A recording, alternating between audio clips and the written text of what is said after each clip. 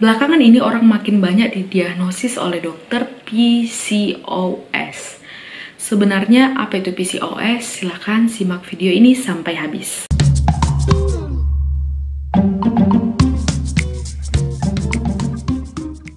Halo semua, welcome back to my YouTube channel. Jumpa lagi dengan saya Dr. Grace. Kali ini kita akan bahas penyakit kandungan nih, yaitu PCOS ya. PCOS itu sebenarnya disebabkan oleh apa? Apa sebenarnya itu PCOS dan bagaimana penanganannya? Untuk itu simak video ini sampai habis, jangan di skip-skip ya. Dari kepanjangannya aja kita bisa nilai ya. Polycystic Ovarian Syndrome. Syndrome adalah kumpulan gejala. Jadi dia itu punya banyak gejala. Jadi tidak hanya pasti satu aja gejalanya gitu ya. Nah, polycystic, kistik itu merupakan suatu rongga yang berisi cairan ya. Jadi dia kalau teraba di luarnya itu seperti kayak kenyal-kenyal seperti, tapi isinya cairan ya, bukan lemak atau yang lain-lain. Poly artinya banyak. Jadi di ovariumnya itu ada tampilan seperti kista multiple atau banyak pada saat dilakukan pemeriksaan ultrasonografi. PCOS ini sebenarnya ada banyak kriterianya ya, namun yang umum digunakan oleh dokter adalah 2 dari 3 kriteria ini ada. Misalnya yang pertama adalah hiperandrogen. Androgen ini sebenarnya adalah hormonnya pria ya, namun jika kelebihan pada cewek atau pada wanita perempuan itu biasanya ada tampilan yang berbeda dari perempuan yang biasanya, seperti banyak sekali bulu-bulu halus di wajahnya atau suaranya agak lebih berat dan macam-macam. Nah, berikutnya adalah pemeriksaan dari ultrasonografi, yaitu ada tampilan polycystic ovarium ya. Beda ya, PCO dengan PCOS itu beda. Jadi kalau PCOS gak harus ada tampilan seperti itu karena emang ada gangguan akses dari otak ke organ reproduksinya.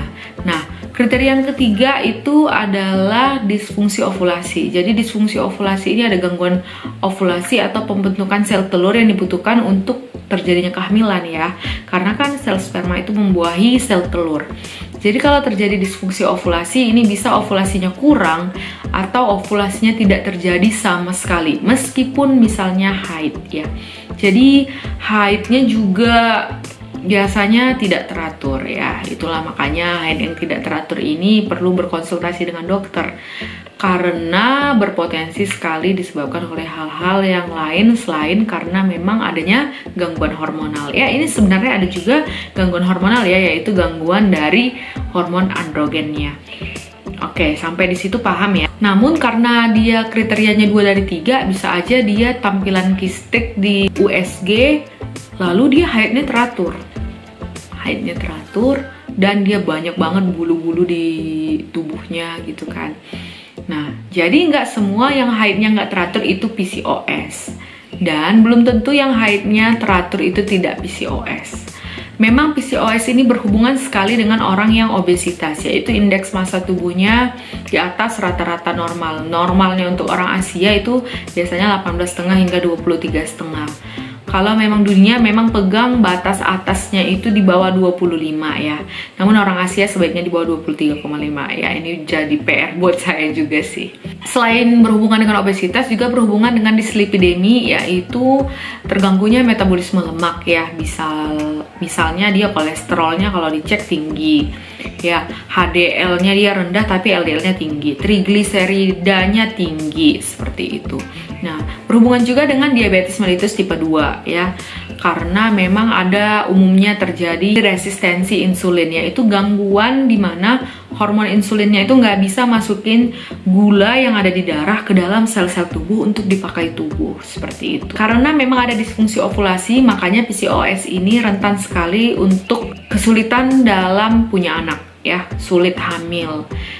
Sulit hamil sebenarnya komponennya ada banyak ya. Dari wanita sendiri pun ada yang perlu diperhatikan seperti hormonal, salurannya, dan yang lain-lain. Dan untuk laki-laki misalnya hitung spermanya, kecepatan spermanya, gerakannya, morfologi atau bentuk spermanya, jumlahnya, kadarnya, kepekatannya, dan yang lain-lain. Untuk itu silakan konsultasi ke dokter jika kamu merasa punya gejalanya. Sebenarnya ada beberapa orang yang berisiko PCOS, seperti adanya riwayat keluarga PCOS, adanya riwayat obesitas, DM, baik tipe 1 yang emang udah dari lahir, jadi dia dari lahir emang udah harus pakai suntik insulin, lalu diabetes tipe 2, dan diabetes gestasional, yaitu ketika ibunya hamil, tinggi kadar gula darahnya, dan adanya keracunan kehamilan, yaitu preeklamsi juga bisa. Belum ada angka yang pasti angka kejadian PCOS di Indonesia, namun biasanya hal ini terjadi pada perempuan usia produktif umur 15 hingga 40 tahun. Angka kejadiannya sekitar 5 hingga 10%. Sebenarnya ada banyak sekali ya gejala-gejala yang mirip. Makanya PCOS ini adalah gabungan beberapa gejala.